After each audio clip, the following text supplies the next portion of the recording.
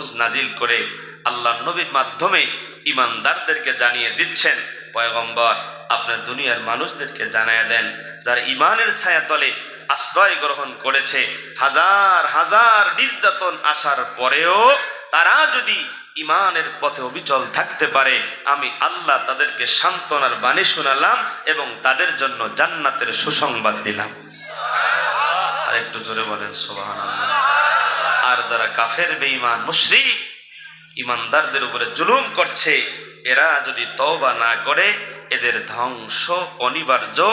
আমি তাদেরকে সতর্কবাণী পৌঁছায় দিলাম, ঈমানদারদেরকে সান্ত্বনার বাণী পৌঁছায় দিলাম। এখন একটু খেয়াল করেন, আল্লাহ সূরা বুরুজ নাজিল করলেন ঈমানদারদেরকে সান্ত্বনা দেওয়ার জন্য, কাফের বেঈমানদেরকে সতর্ক করার জন্য। কথা ঠিক কিনা? এবার আসেন, আল্লাহ পাক রব্বুল আলামিন এই সূরার শুরুতে 4টা কসম খেয়েছেন। কয়টা? একটু আওয়াজ করে বলেন কয়টা? পেছনের ভাইরা বলেন কয়টা? 4টা কসম খেয়ে মালিক কথা বলেছেন। একটা, কয়টা? আরো জোরে কয়টা? কসম খেয়েছেন কয়টা? কথা বলেছেন কয়টা? মনে থাকবে তো? আসেন, আল্লাহ পাক রব্বুল আলামিন বলেন ওয়াস-সামাই যাতিল বুরুজ। জোরে বলুন আল্লাহু আকবার। দুনিয়ার মুসলমান ইমানদার আল্লাহর গোলামেরা, 1 নম্বরে মালিক বলেন ওয়াস-সামাই যাতিল বুরুজ, গ্যালাক্সি, সূর্য, নক্ষত্র, তারকা দিয়া সুসজ্জিত আকাশের কসম।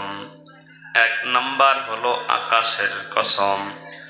2 নম্বর আল্লাহ পাক রব্বুল আলামিন বলেন ওয়াল ইয়াউমিল মাউউদ। 2 নম্বরে মালিক বলেন বিচার দিবসের কসম। এরপরে আল্লাহ পাক রব্বুল আলামিন বলেন ওয়াশাহিদিন ওয়া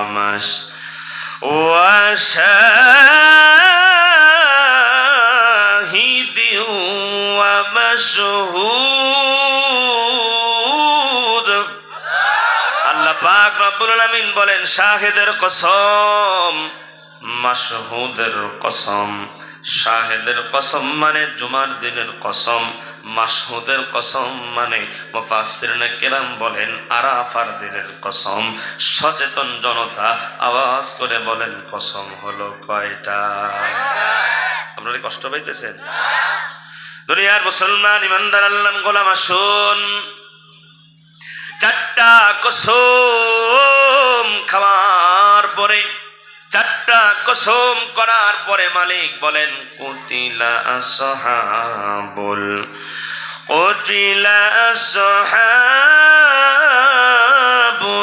উখদুদ। আল্লাহ পাক রব্বুল আলামিন বলেন ধ্বংস গর্ত খননকারীরা, ধ্বংস গর্ত খননকারীরা। আল্লাহ বলেন যারা গর্ত খনন করেছিল তাদের উপরে আমি আল্লাহর অভিশাপ। একটু আওয়াজ করে বলেন তো, 4টা কসম খাওয়ার পরে মালিক যেই কথাটা বলেছেন সেটা হলো ধ্বংস কারা? গর্ত খননকারীরা। গর্ত খননকারী কে জানার দরকার আছে না নাই? আরো জোরে বলেন আছে না নাই? দুনিয়ার মুসলমান, বিশ্বনবী দুনিয়াতে আসার 90 বছর আগের একটা ঘটনা। কত বছর? 90 বছর আগে একজন বাদশা ছিলেন যার নাম ছিল ইউসুফ জুনাওয়াস। এই বাদশা ছিল জালেম বাদশা। কেমন জালেম? সে দেশের জনগণকে ডেকে এনে বলতো আমাকে রব হিসাবে মানো, আমাকে সেজদা করো, আমার পূজা করো। যদি তাকে সেজদা করত, যদি তার পূজা করত, যে করত তাকে ছেড়ে দিত, যে তাকে রব মানত না তাকে হত্যা করত। জোরে বলেন নাউজুবিল্লাহ। এই বাদশার একজন জাদুঘর ছিল। ঘটনাটা লম্বা, আমি একটু শর্ট করি। একজন জাদুঘর ছিল, সে ওই জাদুঘরি বিদ্যা দিয়া পরামর্শ দিতেন বাদশাকে। এই জাদুঘর একদিন বাদশাকে বলেন বাদশাহ আমার বয়স হয়ে গেছে, আমাকে একটা মেধাবী ছেলে দাও যাকে আমি আমার জ্ঞানগুলো শিখাইয়া যেতে পারবো, পরবর্তীতে আপনার কাজে লাগবে। এবার একজন মেধাবী ছেলে জোগাড় করে জাদুঘরের কাছে দেওয়া হলো। জাদুঘর আসা যাওয়া করতেছেন জাদু বিদ্যা শিক্ষার জন্য। হঠাৎ করে এই বালক দেখে যে একটা কুড়ে ঘরের মধ্যে একজন পাগড়ি পরিহিত বুজুর্গ মানুষ সামনে কিছু মানুষদেরকে ইসলাম সম্পর্কে জ্ঞান শিক্ষা দিচ্ছেন, এক স্রষ্টা আল্লাহর তাওহীদের কথা বলছেন, জোরে কোন সুবহানাল্লাহ। সে শোনার পরে তার ভালো লাগে, সে ওই জায়গায় বসে যায়। এখন জাদুকারী বিদ্যা শিক্ষার জন্যও যায়, এখন এখানে বসে বসে ইসলাম শিক্ষাও সে শেখে, চিন্তা করে ইসলাম শিক্ষাটা সত্য না জাদুকারী বিদ্যাটা সত্য, আমি বুঝবো কিভাবে। একদিন রাস্তা দিয়ে চলতেছেন, হঠাৎ করে দেখে অনেকগুলো মানুষ জটলা লেগে বসে আছে। সামনের দিকে তাকায় দেখে বিশাল বড় এক ভয়ঙ্কর প্রাণী বসে আছে রাস্তার মাঝখানে, যার কারণে এদিকের মানুষ ওই দিক যাইতে পারে না, ওই দিকের মানুষ এই দিকেও আসতে পারে না। তুমি সাউন্ডটা আরেকটু বাড়াইলে ভালো হয়, ভাইয়েরা খেয়াল করেন।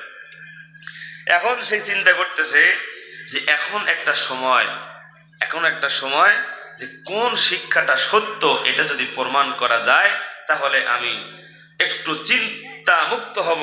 একটা ছোট্ট পাথর নিয়ে এবার বলতেছে যে বুজুর্গের কাছে যে শিক্ষা আমি অর্জন করি ইসলাম শিক্ষা, ওই শিক্ষা যদি সত্য হয়, ওই আল্লাহ যদি সঠিক হয়, তো বিসমিল্লাহ বলে পাথর মারবো, প্রাণীটা যেন মারা যায়। যদি মারা যায় তাহলে বুঝবো ইসলাম ধর্ম সত্য, জোরে বলেন সুবহানাল্লাহ। এবার পাথর মারলেন, পাথর মারতে দেরি, প্রাণীটা মরতে দেরি নাই, জোরে বলেন সুবহানাল্লাহ। এবার তার কাছে প্রমাণ হয়ে গেছে ইসলাম ধর্ম সত্য।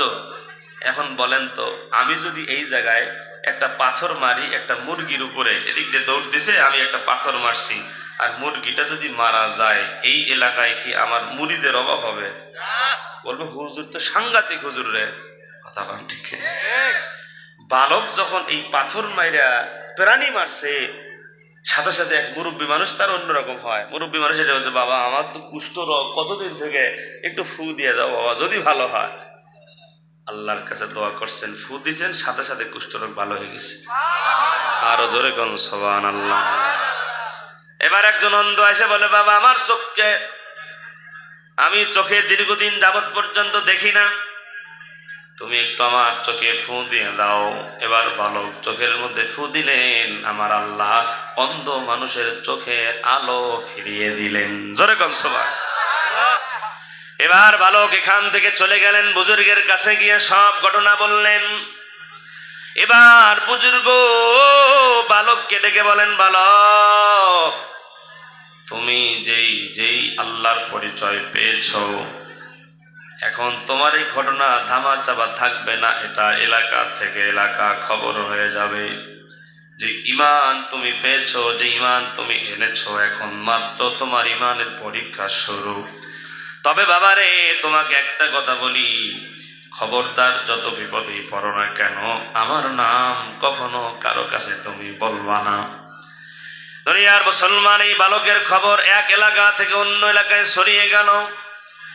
বিভিন্ন মানুষ বিভিন্ন রোগ নিয়ে বালকের কাছে এসে হাজির হয়ে যায়। বালক আল্লাহর কাছে দোয়া করেন, বালকের সব দোয়া আল্লাহ কবুল করে নিয়ে সমস্ত মানুষের রোগগুলো আল্লাহ তাআলা ভালো করে দেয়, জোরে কোন সুবহানাল্লাহ।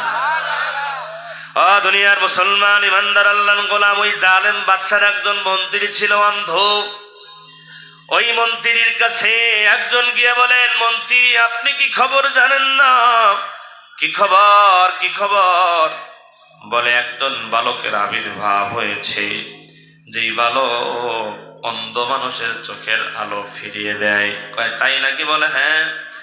এবার একটা বাক্সের মধ্যে স্বর্ণ মুদ্রা টাকা পয়সা যা আছে দামি দামি কিছু নিয়া এবার বালকের কাছে গিয়ে মন্ত্রী বলে, বালক আমি জানতে পেরেছি তুমি নাকি অন্ধ মানুষের চোখের আলো ফিরিয়ে দাও।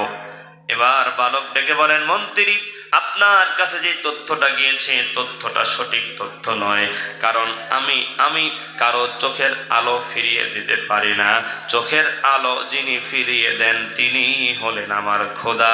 জোরে বলা যাবে কি সুবহানাল্লাহ। এবার এই মন্ত্রী ডেকে বলেন, বালক কোথায় খোদায় চক্ষু ভালো করে দেয়? আমি তো খোদার লগে 24 ঘন্টা থাকি। কি কয়? তার মানে মন্ত্রী বুঝাইতেছে, কই ওই যে আমি যারে খোদা মানি বাদশাহ ইউসুফ জুনাওয়াজ, আমি তো হের লগে 24 ঘন্টায় থাকি, কই আমার চোখ তো ভালো হয় না। এবার বালক বলেন, মন্ত্রী শোনো, আমি তোমার বাদশার কথা বলি নাই, আমার স্রষ্টা যিনি, তোমার স্রষ্টা যিনি, এমন কি ইউসুফ জুনাওয়াজেরও সৃষ্টিকর্তা যিনি, তেনার ইশারায় তেনার রহমতেই সব কিছু হয়। জোরে বলেন সুবহানাল্লাহ। এবার বলতে, তোমার খোদা নিয়ে তুমি থাকো, আমার খোদা নিয়ে আমি থাকি, টাকা পয়সা স্বর্ণ মুদ্রা নাও, আমার চোখ ভালো করে দাও। এবার বালক বলেন, মন্ত্রী ভালো করে শোনো, এইভাবে চক্ষু ভালো হবে না। চোখের আলো যদি ফিরিয়ে চাও, যে আল্লাহ চোখের আলো ফিরিয়ে দিবে, ওই আল্লাহর প্রতি আগে ঈমান আনা লাগবে। জোরে বলেন আল্লাহু আকবার। এবার মন্ত্রী চিন্তা করে, আমি যদি এই বালকের খোদায় বিশ্বাসী হই, তো এই খোদা আমারে ছাড়বে, এই খোদা আমারে মারবে, এবং কি আমার সংসদ সদস্য পদ বাতিল হবে। কিছুক্ষণ চিন্তা করার পরে এবার মন্ত্রী এবার বলতেছেন, বালক, জন্মের পর থেকে চোখের আলো নাই, পৃথিবী দেখতে কেমন আমি দেখি নাই, নিজের বিবির চেহারা কেমন আজ পর্যন্ত দেখতে পারি নাই, নিজের সন্তানের চেহারা দেখি নাই, যা সে কপালে দেখা যাবে সকালে, ঈমান আনলাম, কালেমা পড়ে মুসলমান বানায়া দাও। মন্ত্রী ঈমান আনলেন, কালেমা পড়লেন, বালক দোয়া করলেন, চোখে ফু দিলেন, চোখের আলো আল্লাহ ফিরিয়ে দিলেন। জোরে কোন আল্লাহু আকবার। একটু হাত উঠান, হাত উঠান, লিল্লাহি তাকবীর। এই জোরে বলেন আল্লাহু আকবার। আল্লাহর শুকরিয়া আদায় করে বলেন আলহামদুলিল্লাহ। একবার পবিত্রতা বর্ণনা করে জোরে বলেন সুবহানাল্লাহ। আপনাদের কষ্ট হচ্ছে? মুসলমান বাবাজির আমার, খেয়াল করেন, এবার মন্ত্রী চোখের আলো ফিরিয়ে পাওয়ার পরে এবার রাজদরবারে চলে গেলেন। দুনিয়াবাসী,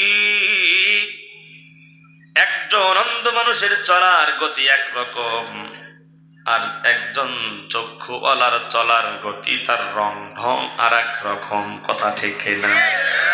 এবার তার গতি পরিবর্তন দেখিয়া বাদশা চিন্তা করে, হায় হায়, এ তো ছিল কানা, চোখে দেখতো না, কি ব্যাপার, ওর চলার গতি অন্যরকম কেন? এবার সামনে ডেকে বলেন, বাদশা কি ব্যাপার, তোমার চলার গতি দেখি পরিবর্তন। এবার মন্ত্রী বলেন, আমি তো আপনাকে জানাতে পারি নাই, আমার খোদা আমার চোখের আলো ফিরিয়ে দিয়েছেন। সুবহানাল্লাহ। এবার ইউসুফ জুনা মহা খুশি, বলতেছে, আহারে কি বলো, আমি কবে থেকে চোখের আলো ফিরিয়ে দিলাম, আমার খবর আমি জানি না। বলতেছে, আপনি খোদা নন, আপনি হলেন হুদা, আপনার কোনো ক্ষমতা নাই, আমি আপনার কথা বলি নাই, আমি বলেছি আমার একজন সৃষ্টিকর্তা আছে, যিনি আমার চোখের আলো ফিরিয়ে দিয়েছেন। সুবহানাল্লাহ। এবার বাদশার মেজাজ বড় গরম, বলে, কি বলা, আমাকে খোদা বাদ দিয়ে অন্য খোদার সন্ধান তুমি পেয়েছো, যা বলেছ ভুল স্বীকার করো, তোমাকে ক্ষমা করে দিব। এবার মন্ত্রী ডেকে বলেন, না না, কেন ক্ষমা চাবো, আমি যেই মালিকের সন্ধান পেয়েছি, যেই মালিকের প্রতি ঈমান এনেছি, জীবন দিতে পারবো, ঈমান দিতে পারবো না। জোরে বলেন সুবহানাল্লাহ। এবার ওই মন্ত্রীকে ধরা হলো, তার উপরে জুলুম নির্যাতন চালানো হলো, তাকে মারছে মারছে খোঁজ বের করে ফেললো। এই মন্ত্রী, বলো, কার কাছ থেকে অন্য প্রভুর সন্ধান তুমি পেয়েছো? মন্ত্রী সহ্য করতে না পেরে বালকের কথা বলে দিল। লম্বা ঘটনা, সংক্ষেপ করে বলি। বালককে আনলেন, বালককে মারধর করলেন, নির্যাতন করলেন। বালক এবার ওই বুজুর্গের কথা বলে দিলেন। একটু জনতা, সচেতন জনতা আওয়াজ করে বলেন তো, এবার বাদশার সামনে আসামির সংখ্যা কতজন? আরো জোরে বলেন কতজন? 1 নম্বরে মন্ত্রী, 2 নম্বর বালক, 3 নম্বর বুজুর্গ। এবার জালেম বাদশাহ ডেকে বলেন, মন্ত্রী ক্ষমা চাও, ক্ষমা করব। এবার মন্ত্রী বলে, ক্ষমা চাবো না, ঈমান দেব না, ভুলও স্বীকার করব না। এবার জালেম বাদশাহ দুজন সৈন্যকে বলেন করাত নিয়ে আসো। করাত করাত যেটা দিয়া দুই দিক দিয়া টেনে টেনে গাছকে দ্বিখণ্ডিত করা হয়। দুনিয়ার মুমিন দুইজন সৈন্য এবার করাত নিয়ে আসলো। এবার তাদেরকে বলা হলো মন্ত্রীর মাথার উপরে করাত রেখে দাও।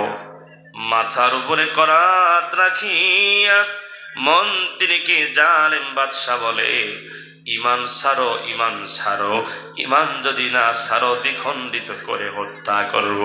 ইমান কেমন ছিল ও চর এলাকার যুবক ভাইরা, মুরব্বী বাবারা, পর্দার মায়েরা, এই সামান্য কয়েকদিন আগেই ইমান এনেছিল।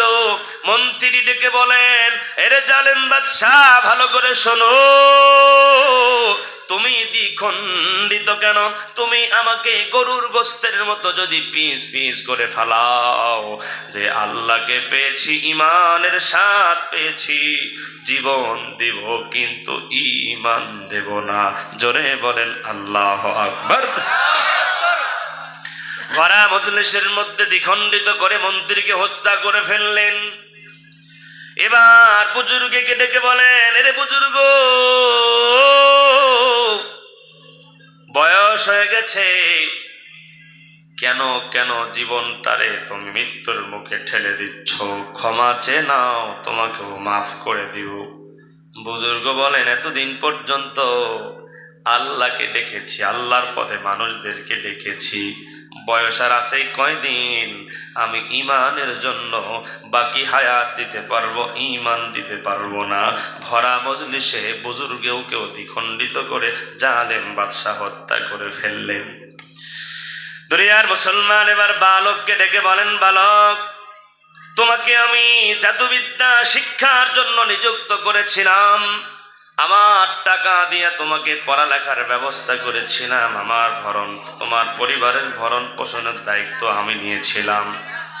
এখনো সময় আছে, ভুল স্বীকার করে নাও, আমার কাছে প্রাণ ভিক্ষা চাও, ওই আল্লাহর পথ থেকে সরে এসে আমাকে রব হিসাবে মানো, জাদুবিদ্যায় মনোযোগী হও, আমি তোমাকে ক্ষমা করে দিব। বালক অকপটে বললেন, আরে বাদশা শোনো, আমার সামনে তারা যেমন জীবন দিয়েছে আমিও জীবন দিতে জানি, কিন্তু ঈমান দিতে জানি না। জোরে বলেন সুবহানাল্লাহ। ঈমান, ঈমানের আলোচনা কেন করি? আমি বেশিরভাগ টাইম ঈমানের আলোচনাই করি। কেন কেন? কারণ ঈমান আছে, নামাজ আছে, রোজা আছে, হজ আছে, যাকাত আছে। নামাজের দাম আছে, রোজার দাম আছে, হজের দাম আছে, যাকাতের দাম আছে, কিন্তু ঈমান নাই। নামাজ আছে, রোজা আছে, হজ আছে, যাকাত আছে, ঈমান যদি না থাকে এত এত আমলের কোনো দাম আল্লাহর কাছে নাই। ঠিক কি না? দুনিয়ার মুসলমান বালককে বললেন, প্রাণ ভিক্ষা চাও, তোমাকেও ক্ষমা করব। মুসলমান তারা অকপটে বলেছেন, জীবন দিতে জানি, ঈমান দিতে জানি না। ঠিক কি না? দুনিয়ার মুসলমান একটু আওয়াজ দিয়ে ঈমানের জজবা দিয়ে বলবেন, যুগে যুগে বাংলার জমিনেও ওলামায়ে কেরামেরা ঈমানের পরীক্ষা দিতে গিয়া জীবন দিয়েছেন, বাতিলের কাছে মাথা নত করে নাই। আর জোরে বলেন ঠিক কি না? এই বাংলার জমিনে ওলামায়ে কেরামদেরকে কিছু হইলেই বলতো রাজাকার। আর জোরে বলেন ঠিক কি না? কিছু বললেই টুপিওয়ালা, জন্ম আমার 1996, আমাকেও বলে রাজাকার। টুপি মাথায় দেখলেই রাজাকার। এই রাজাকারের গালি দিয়া তারা সব সময় চলতো, কিছু হইলেই বলতো জামাত শিবিরের এখানে কোনো হাত রয়েছে, খেলা হবে, ওই যে আছে না, কিছু হইলেই ওই কি আর কইতাম, হুজুর মানুষ তো মুখে লাগাম দিয়ে কথা বলা লাগে। ঠিক কি না? গালি তো দিতে পারি না, কথা বলেন ঠিক কি না? এই ফেরাউন একটু কথা বেশি বলতো, কথা বলেন ঠিক কি না? কথা বেশি বলার কারণে ওর বিপদও বেশি। কথা বলেন ঠিক কি না? মুসলমান বাংলার জমিনে আলেমরা যদি তাদের কথা মোতাবেক না চলতো, তাদের কথা মোতাবেক বয়ান না করত, আলেমকে আগে টার্গেট করতেন, বুঝাতেন, যদি না বুঝতেন মিথ্যা মামলা ঠুকে দিতেন, হামলা করতেন, জেলখানায় বন্দী করতেন।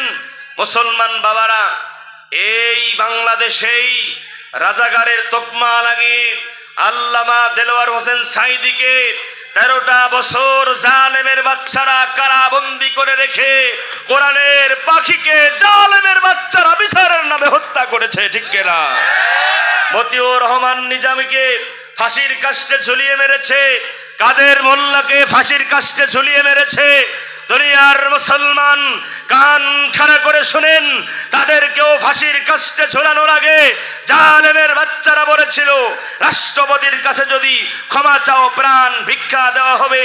তারা অকপটে বলেছিল আমরা আল্লাহর দিনের পথে রাহবারি করেছি, দিনের জন্য ময়দানে কাজ করেছি, আমরা ইমানের জন্য ফাঁসির রশি গলায় ঝুলাতে পারি, বাতিলের কাছে প্রাণ ভিক্ষা চাইতে পারি না, ঠিক কিনা মুসলমান? তারা বলেছিলেন যে আমরা জীবন দেব কিন্তু বাতিলের কাছে ক্ষমা চেয়ে ঈমান দেব না। আরো জোরে বলেন, ঠিক কিনা? এই বাংলাদেশে 17টা বছর সব থেকে বেশি নির্যাতিত হয়েছে ওলামায়ে কেরাম। জোরে আওয়াজ দিতে হবে, ঠিক কিনা?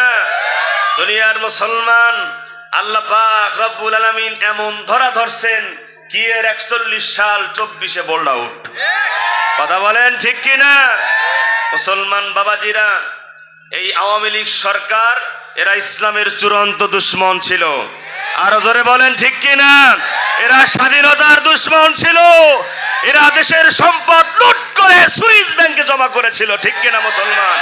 যত টাকা এই ফেসিবাদ সরকার বাংলাদেশের জনগণের টাকা লুট করেছে 30টা পদ্মা সেতু বানানো যেত। কথা ভুল বললাম? রাগ করলেন? মুসলমান বাবারা, ওই জামানায় নমরুদ ইব্রাহিম আলাইহিস সালামকে মারার জন্য অগ্নিকুণ্ড সাজায়া ছিল। কথা বলতে হবে, ঠিক কিনা? আর এই জামানায় নব্য ফেরাউন চুন্নির ঘরের চুন্নি আলেমদেরকে কষ্ট দেওয়ার জন্য আয়না ঘর বানিয়েছিল। জোরে বলেন, ঠিক কিনা? এখন বলে যে আমি চট করে ঢুকে পড়ব, তো যাইতে কইছে কিটা? কথা বলে না কেন? আমরা কি যাইতে বলছিলাম? ইতিহাস শোনেন। এরশাদ সাহেব ক্ষমতা ছাড়লেন, তিনি তার কর্মীদেরকে বিপদের মুখে ফেলে দিয়ে পালিয়ে যান নাই। জোরে বলতে হবে, ঠিক কিনা? আপনাদের ভিতরে কি জজবা টজবা আছে কিছু? জোরে বলেন না, ঠিক কিনা? তিনি তার কর্মীদেরকে বিপদের মুখে ফালাইয়া দিয়া সে পালায় নাই, সে 5টি বছর কারারুদ্ধ থেকেছেন। কথা ঠিক কিনা? দেশনেত্রী বেগম খালেদা জিয়া বৃদ্ধ বয়সে অসুস্থ মানুষ, তাকে চিকিৎসার জন্য ভালো ডাক্তারের কাছে পর্যন্ত জালেমের বাচ্চারা যাইতে দেয় নাই। কথা বলেন, ঠিক কিনা? তিনি ক্ষমতা ছাড়ার পরে দেশ ছেড়ে পালিয়ে যান নাই, কর্মীদেরকে বিপদের মুখে ঠেলে দেয় নাই। কিন্তু আমার পীরগঞ্জের পুত্রবধূ জননেত্রী শেখ হাসিনা এই সন্ত্রাসী নব্য ফেরাউন সমস্ত নেতা কর্মীদেরকে বিপদের মুখে ঠেলে দিয়ে কলঙ্কিত ইতিহাস রচনা করেছেন। কথা বলেন, ঠিক কিনা? বিশ্বের কোন জায়গায় এমন নজির নাই যে কর্মীদেরকে বিপদে ফেলায়া দেশ চালাচ্ছে। এখন কই যে আমি পদত্যাগ করি নাই, যার বিয়ে হয় নাই তার কাবিন নামা কিসের? কথা বলেন, ঠিক কিনা? আমার বাড়ি কিন্তু রংপুর পীরগঞ্জ, আমার এলাকায় তার স্বামীর বাড়ি। একটু আওয়াজ দিয়ে বলেন তো, কোন বউ যদি স্বামীর বাড়ির থেকে পালায়া যায় ওই বউ নিয়ে সংসার করা যায়? আরো জোরে বলেন। সে তো পরকীয়ার টানে পালাইছে। কথা বলেন না, ঠিক কিনা? আওয়ামী লীগের দালাল যারা আছে এদেরকে চিহ্নিত করতে হবে। কথা বলেন না কেন? ছাত্রলীগকে নিষিদ্ধ করা হয়েছে, ছাত্রলীগের থেকে বেশি অপরাধ করেছে যুবলীগ, তার থেকে বেশি অপরাধ করেছে আওয়ামী লীগ। শাহজালালের পণ্যভূমিতে স্বৈরাচারীদের রাজনীতি করার কোনো অধিকার নাই। কথা বলেন ঠিক কিনা? আল্লাহ পাক আমাদের সবাইকে বুঝ দান করেন, জোরে বলেন আমিন। কি বলে, কি সমস্যা? কোনো কথা বলবেন না। ওই জামানা ভুলে যান, ওই জামানা ভুলে যান মুসলমানেরা। মাহফিলের মঞ্চে কথা বললে জিহ্বা টেনে কুত্তা দিয়ে খাওয়ানো হবে। 17 বছর বহুত জ্বালিয়েছেন, আর বলবেন এগুলো বলার দরকার কি? এই আমার দিকে কান খাড়া করেন, আমার দিকে কান খাড়া করেন, কারো দিকে পরোয়া করে কথা বলি না। 17 বছর জ্বালাইছেন, 1 বছর বলবো না কেন? 17 বছর মিথ্যা কথা বুক ফুলে মঞ্চে বলেছে, আমরা সত্য বলবো না কেন? এ দেশ কারো কাছে ইজারা দেওয়া হয় নাই। এই দেশে আমি জন্মগ্রহণ করেছি। বাক স্বাধীনতা ছাত্র আন্দোলনের মাধ্যমে ছাত্রদের রক্তের বিনিময়ে যেই স্বাধীনতা পেয়েছি, এই স্বাধীন দেশে স্বাধীনভাবে কথা বলবো। আমাদের মুখ চেপে যদি ধরতে আসেন, জিহ্বা টেনে কুত্তা দিয়ে খাওয়াবো।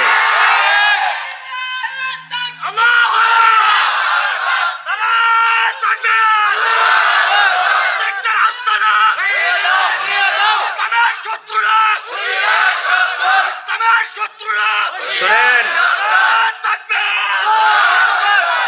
এই 17 বছর ওলামায়ে কেরাম মাহফিলে গিয়েছেন, বয়ান করছে। বয়ানে ওঠার আগেই জালেমের বাচ্চারা 1 ঘন্টা বক্তারে ওয়াজ করত। ওয়াজ কি করব আমি? ওয়াজ শিখায় আমাদেরকে, এইভাবে ওয়াজ করবেন, এইভাবে ওয়াজ করবেন। বোমা মারলে বলে বিসমিল্লাহিশ শাইতানির রাজিম, আউযু বিল্লাহির রহমানির রহিম, আসসালামু আলাইকুম ওয়া রাহমাতুল্লাহি ওয়া মাগফিরাতুহু। কথা বল ঠিক।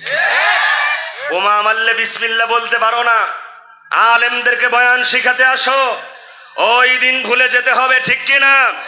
বাংলাদেশের মাহফিলগুলোতে কোনো রাম আর কোনো বামেরা, নাস্তিক মুরতাদ বেঈমানের বাচ্চারা কথা বলতে আসবে, জুতা রেডি করে রাখবেন সাইজ করার জন্য।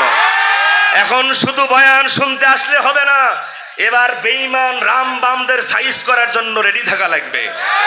প্রয়োজন হলে শক্ত জুতা পরে আসবেন। পারবেন তো ইনশাআল্লাহ? ইনশাআল্লাহ হিম্মত রাখেন।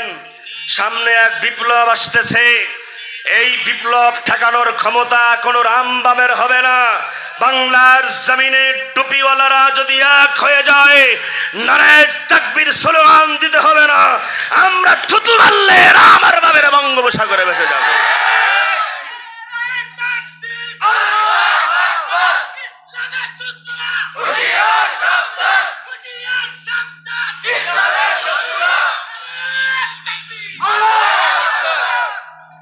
রাগ করলেন আপনারা? আমার কথা যদি ভালো না লাগে, যান, থানার দরজা খোলা আছে, মামলা করেন। কথা বলেন ঠিক কিনা? স্বাধীন দেশে স্বাধীনভাবে কথা আগেও বলেছি, এখনো বলবো। পার্থক্য এটা, আগে নাম নিতে পারিনি, এখন নামটা নেই। আগে প্যান্ডেলে অ্যাঙ্গেলে মারতেন, কথা বলেন ঠিক কিনা? তাতেই জ্বলতো, অন্তর পুরে ছাই হয়ে যেত। আল্লাহ আমাদেরকে বুঝ দান করেন, জোরে বলেন আমিন। এখনো কিন্তু দালালদের চাটুকর আমাদের দেশে কোনায় কোনায় ঘুপটি মেরে বসে আছে। কথা বলেন ঠিক কিনা? পানির থেকে মাথা তোলার আগে সুবানি দিয়ে আবার ডুবাইয়া দেওয়া লাগবে। আল্লাহ আমাদেরকে সতর্ক থাকার তৌফিক দান করেন। পাগলকে লারা দিয়েন না। আমি অন্যরকম বক্তা, আমি সুন্দর বয়ান করতেছিলাম, লারা দেন কেন? হয়তো আপনারা আমারে চিনেন না এলাকায়, হয়তো যারা ইউটিউবে দেখেন তারা চিনেন। আমি আমার নিজের মাতৃভূমিতে 2 বছর বয়ান করতে পারি নাই। শুধু অপরাধ ছিল হক কথা বলা। কি বলা? আল্লাহ আমাদেরকে বুঝ দান করেন, জোরে বলেন আমিন। বুক কড়াট লেলে লেলে আমার বয়ান এরকম স্টেজে এই দালাল কিছু ছিল, বলছে আমরা অনুমতি না দিলে আপনি বয়ান করতে পারতেন। কি বলে? এইরকম লড়াই লড়াই বলছে, মানে দেশ ওদের কাছে বিক্রি করেছিলাম আমরা, ঠিক কিনা? জনগণের মুখ দেখেন নাই? ছাত্র আন্দোলনের সময় পুলিশ ছাত্র কথা বলতেছিল, মুখ চেপে ধরেছে। কথা বলবে কেন? কথা বলতে হবে। এই কথা বলেন না কেন? কথা বলবেন, কথা বলবেন। মুখ বন্ধ রাখা যাবে। আল্লাহ আমাদেরকে তৌফিক দান করেন, জোরে বলেন আমিন। শেষ করে দিই। আমি বলছি 11:40 বাজে, ইনশাল্লাহ 12টার মধ্যে মোনাজাত দেব। আমি আমার বয়ানটা ফিনিশিং দেই। খেয়াল করেন বাবা, আমার কণ্ঠ বসা কষ্ট হচ্ছে, আসেন। তো বলতেছিলাম, বাদশাহ কয়জনকে মারছেন? 2 জনকে মারছেন, বুজুর্গকে মারছেন, এইদিকে কারে? মন্ত্রীরে মারছেন। এবার বাচ্চাকে বলতেছে, বালককে বলতেছে, তুমি ক্ষমা চাও, তোমাকে ক্ষমা করব। সে বলছে, না, আমি ক্ষমা চাবো না। এবার কি করলেন? এবার জালেম তো জালেমই হয়, একভাবে মানুষ মারলে ওর স্বাদ মেটে না। কথা হয় না কেন? বিভিন্ন কায়দায় মারলে ওর স্বাদ মেটে। মানুষের রক্ত না দেখলে ওর চোখ শীতল হয় না। কথা কন ঠিক কিনা? এবার ইউসুফ জোরাওয়াজ বলতেছে যে এই বালককে 10 জনকে ডাক দিয়ে বলছেন, পাথরের পাহাড়ের উপরে নিয়ে যাও, পাথরের পাহাড় থেকে নিচে ফালাইয়া দিবা, রক্তে রঞ্জিত হয়ে দুনিয়ার থেকে বিদায় হবে। এবার এই বালককে নিয়ে পাথরের পাহাড়ে চলে গেলেন। পাথরের পাহাড়ে গেলেন, সেখানে যাওয়ার পরে এবার বালক দোয়া করেন আল্লাহর কাছে, জোরে কোন সুবহানাল্লাহ। আমাদেরও যা কিছুর দরকার হবে আমরা চাবো কার কাছে? বালক আল্লাহকে বলেন, আল্লাহ, বিগত দিনে মালিক তুমি আমার সব দোয়া কবুল করেছো, আল্লাহ তুমি আমাকে জালেমের হাত থেকে বাঁচাও। আল্লাহ পাহাড়কে হুকুম দিলেন, পাহাড় কাঁপতে শুরু করলেন, সব জালেমরা নিচে পড়ে ইন্তেকাল করলেন। বালককে আল্লাহ কুদরতিভাবে হেফাজত করলেন। এই বালক এখান থেকে কিন্তু পালায় যেতে পারতেন, মুরব্বী ঠিক না? কিন্তু পালায় নাই। বালক আবার কি করছেন? আবার বাদশার সামনে গিয়ে আসসালামু আলাইকুম। মেজাজ আরো গরম, ঠিক না? দুনিয়ার মুসলমান ইমানদার আল্লাহর গোলাম, বাদশার মেজাজ আরো গরম।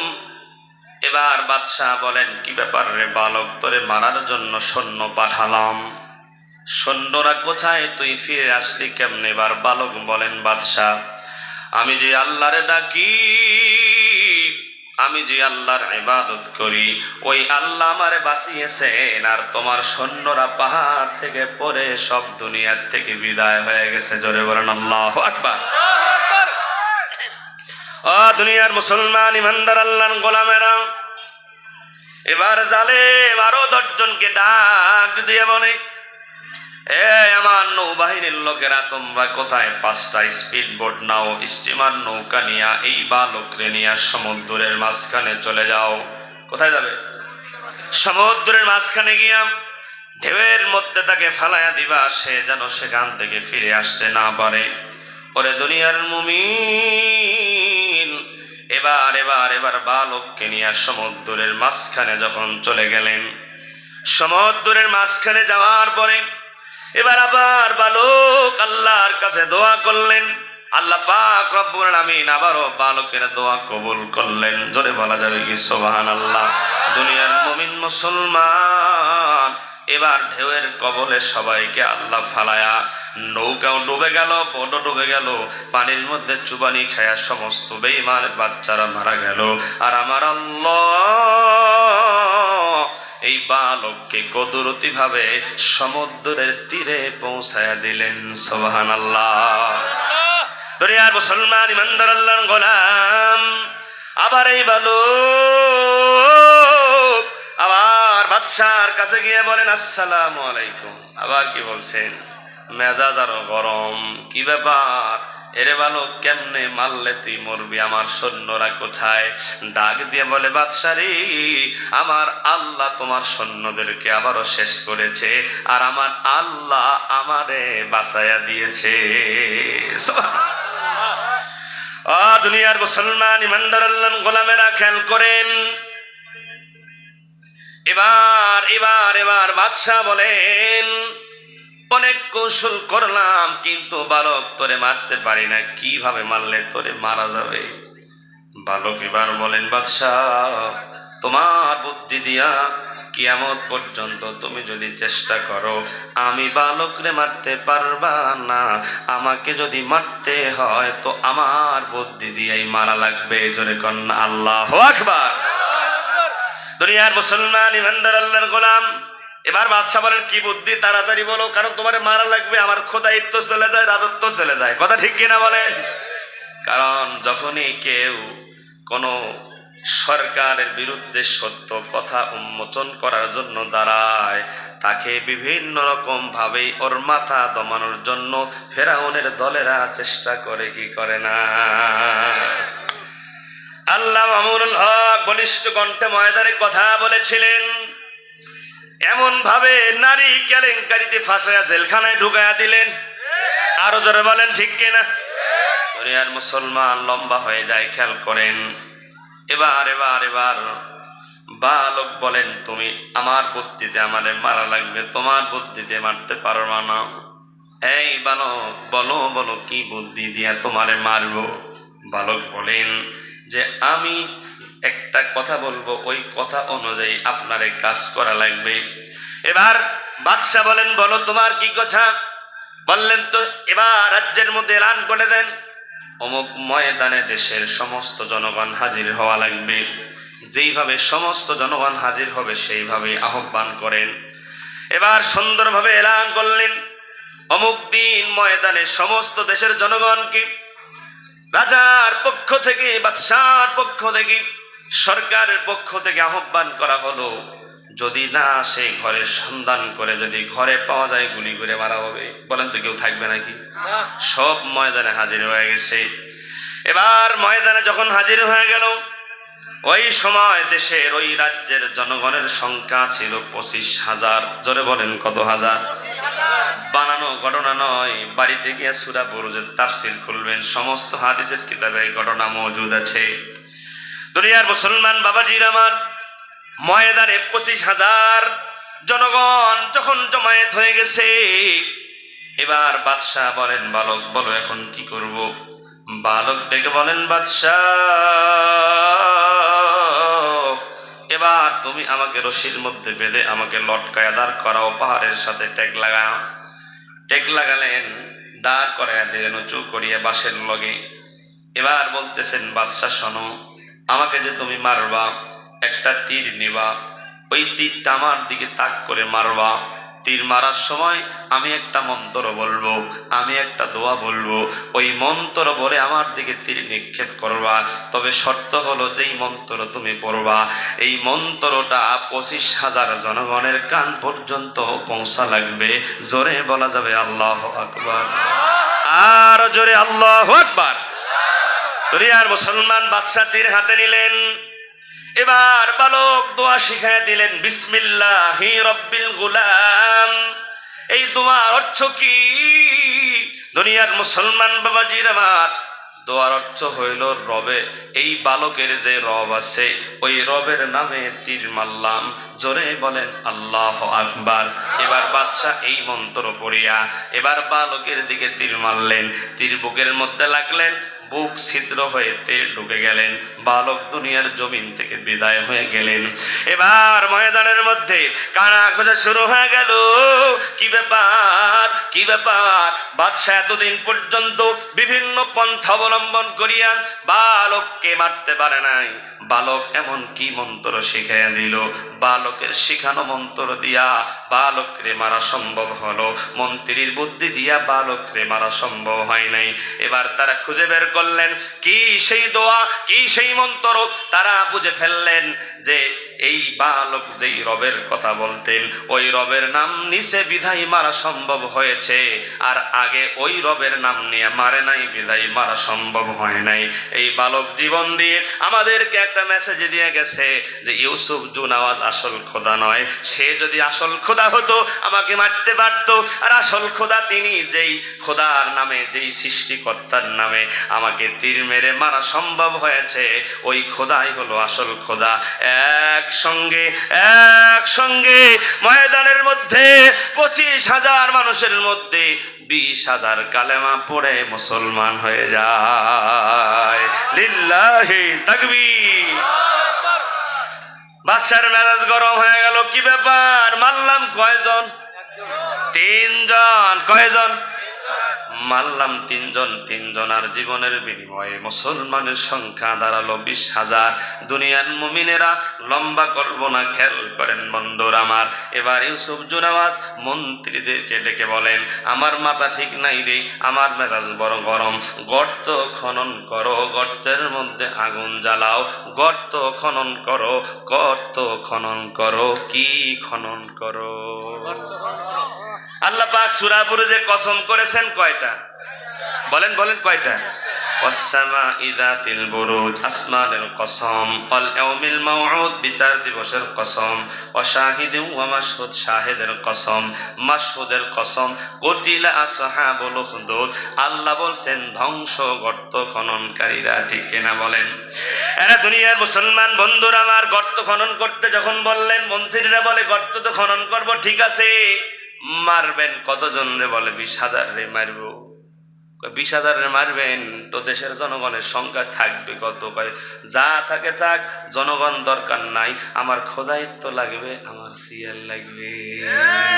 কথা বলে না, কথা ঠিক না? 4 আগস্টের রাত্রেবেলায় সমস্ত প্রশাসনের ঊর্ধ্বতন কর্মকর্তাদেরকে নব্য ফেরাউন হাসিনা ডেকে বললেন, কি বললেন?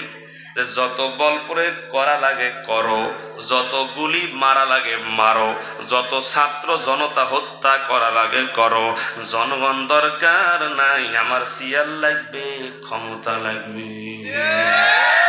মেলে না? মেলে না? দুনিয়ার মুসলমান ইমানদার আল্লাহর গোলাম, তো আসুন। গর্ত খনন করলেন, আগুন জ্বালালেন, আন্নারি যাতিল ওয়াকুদ। দুনিয়ার মুসলমান ইমানদার আল্লাহর গোলামেরা খেয়াল করেন বন্ধুর আমার, গর্তের মধ্যে আগুন জ্বালানো হলো, কয়েকজনকে ফালাইয়া দেওয়া হলো। এরপরে বাকি যারা ছিল ফালায়া দেওয়া লাগে নাই। ইমানের জজবা, এমন জজবা, মাত্র কালেমা পড়েছে সবাই লাভ দিয়া দিয়া শাহাদাতের সুদা পান করে আল্লাহর জান্নাতে ঢুকে যায়। দুনিয়ার মুমিন গর্তের মধ্যে ইমানদাররা লাভ দিয়া দিয়া জীবন দিয়ে দেয়। হঠাৎ করে ইউসুফ জুনাওয়াজ তাকায়া দেখে একজন মহিলা ছোট্ট একটা দুধের বাচ্চা কোলে নিয়ে একবার এক কদম সামনে আগায় তো আর এক কদম পিছনে যায়। আসমানের দিকে তাকায় মহিলা ডেকে বলেন, মালিক রে, আপনার প্রতি ঈমান এনেছি, জালেম বাদশা ঈমানদারদেরকে হত্যা করতেছে। ওগো মালিক, আমি আপনার জন্য, ঈমানের জন্য জীবন দিয়ে দিব, কিন্তু মালিক আমি তো মা, আমার দুধের বাচ্চা আমার সঙ্গে আগুনের মধ্যে পড়ে অঙ্গার হবে, আমি মা সইতে পারি না।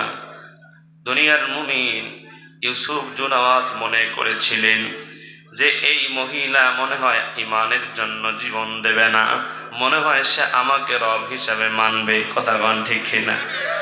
দুনিয়ার মুসলমান ঈমানদার আল্লাহর গোলাম, কারণ সে সামনে আগায় আবার পিছনের দিকে কদম ফালায়, তার কারণ হলো সে তার জীবন দেবে সেই জন্য নয়, এর কারণ হলো তার সন্তানের জন্য তার ভালোবাসা। ঠিক কি না? দুনিয়ার মুসলমান ঈমানদার আল্লাহর গোলাম, যুবক ভাইয়েরা, এখানে যারা উপস্থিত আছেন, যাদের ঘরে মা আছে, যাদের ঘরে বাবা আছে, আপনাদের চেয়ারম্যান সাহেব একটা কথা বলেছিলেন, প্রতিদিন কয়েকটা করে দরবার করা লাগে, মনে আছে? অধিকাংশ দরবারে এমন যে সন্তান বাবা মারে ভাত দেয় না। কথা ঠিক না? এর দুনিয়ার মুমিন, ভাত কেন, পিঠের চামড়া কেটে যদি মায়ের জুতা বানাও, ওই মায়ের এক ফোঁটা দুধের ঋণ শোধ করা যাবে না। এই যুবক ভাই, যাদের ঘরে মা আছে, যাদের ঘরে বাবা আছে, হাতে ধরে পায়ে পড়ে বলে যায়, খবরদার খবরদার, মারে কষ্ট দিও না, বাবারে কষ্ট দিও না। মার মনে কষ্ট দিয়া, বাবার মনে কষ্ট দিয়া যত নামাজ পড়ো না কেন, যত ইবাদত করো না কেন, আল্লাহ আল্লাহর জান্নাতে যাওয়া সম্ভব হবে না। কারণ জান্নাত বেশি দূরে নয়, জান্নাত আমার আল্লাহ তোমার মায়ের পায়ের নিচেই রেখেছেন। ঠিক কিনা? দুনিয়ার মুসলমান ইমানদার আল্লাহর গোলাম, তো আসুন এবার বাদশাহ যখন কিনা এই মহিলাকে বললেন, তুমি তো মনে হয় ঈমান ছাড়বা, আমাকে রব হিসাবে মানবা। দুনিয়ার মুসলমান বন্ধুরা, এবার ওই ছোট্ট বাচ্চার জবানটা আমার আল্লাহ খুলে দিলেন। জোরে কোন সুবহানাল্লাহ। ছোট্ট বালক এবার মাকে ডেকে বলেন, মা চিন্তার কোনো কারণ নাই, এটা আগুনের গর্ত নয়, এটা আগুনের গর্ত নয়, এটা হলো জান্নাতের বাগান। লাভ দিতে দেরি করবা, জান্নাতের মালিক হতে দেরি হবে। তাড়াতাড়ি লাভ দাও, তাড়াতাড়ি জান্নাতের মালিক হয়ে যাও। মা এবার সন্তানকে নিয়ে লাভ দিলেন, জীবন দিলেন। লম্বা কথা, সম্ভব হলে আপনারা একটু কিতাব খুলে দেখিয়েন মুসলমান বাবারা। এই সমস্ত কাফের বেঈমান যারা ছিল, এরা চতুর্দিক দিয়ে গোল হয়ে বসে মুমিনদেরকে নিয়ে হাসি তামাশা করতেছিল। সব কিছু দুনিয়ার কেউ না দেখলেও একজন দেখে, তিনি কে? আল্লাহ দেখছেন। তাদেরকে গর্তের মধ্যে ফালায় হত্যা করতেছিলেন, তাদের অপরাধ ছিল, তারা ঈমান এনেছিল। ঠিক কিনা? দুনিয়ার মুসলমান খেয়াল করেন, এবার আল্লাহ পাক রব্বুল আলামিন সমস্ত আগুনগুলোকে প্রজ্বলিত করে ওই গ্যালারিতে যারা ছিল, ইউসুফ, জুনাওয়াজ, জালেম বাদশাহ সহ সবাইকে ওই আগুনের মধ্যে পুরায়া অঙ্গার করে সবগুলোকে নাস্তানাবুদ করে জালেমদেরকে আমার আল্লাহ উচিত শিক্ষা দিয়েছেন। যারা বলেন আল্লাহু আকবার।